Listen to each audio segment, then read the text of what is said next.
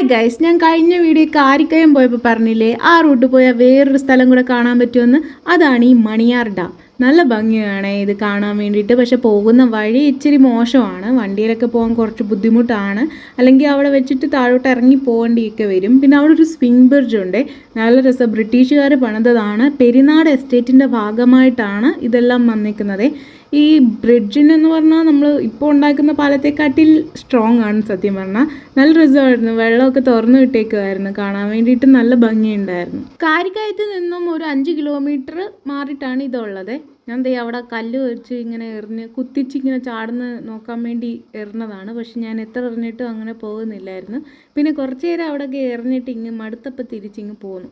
നല്ല തെളിഞ്ഞ വെള്ളമായിരുന്നു, അടിയിൽ കല്ലൊക്കെ നമുക്കിങ്ങനെ കാണാൻ വേണ്ടി പറ്റുമായിരുന്നു. അത്രയ്ക്ക് പ്യുവറായിട്ടുള്ള വെള്ളമായിരുന്നു.